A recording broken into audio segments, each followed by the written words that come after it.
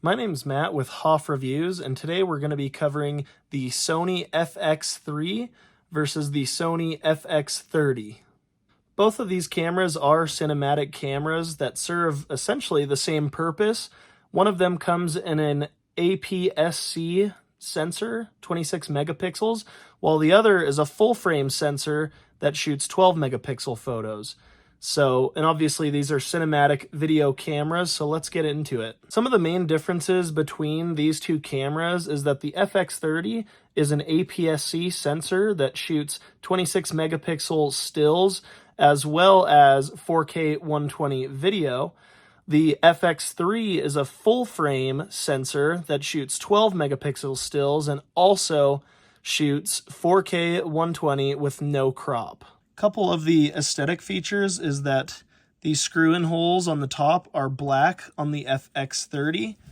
On the FX3, they actually come in the more of an aluminum color, which is the kind of the original. So I feel like I do prefer the black more. I think it looks a lot cooler, but overall, it's kind of preference, I suppose, but that's kind of how they both look on the top there. Here's a closer look at the sensors. So we have the APS-C sensor. It's going to be a little bit smaller.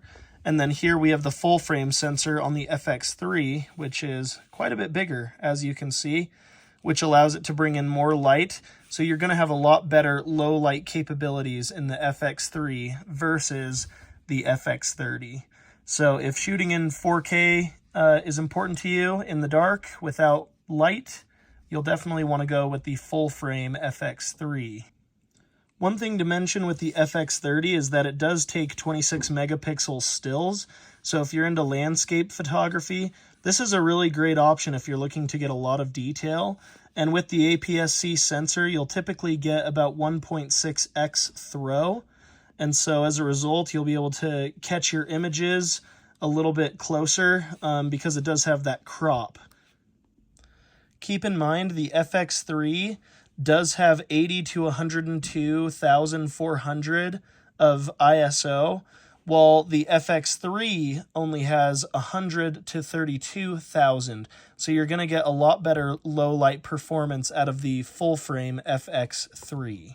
So it does come down to personal preference whether or not you want the APS-C FX30 that shoots 26 megapixel stills or the full frame FX3 that has better low light performance.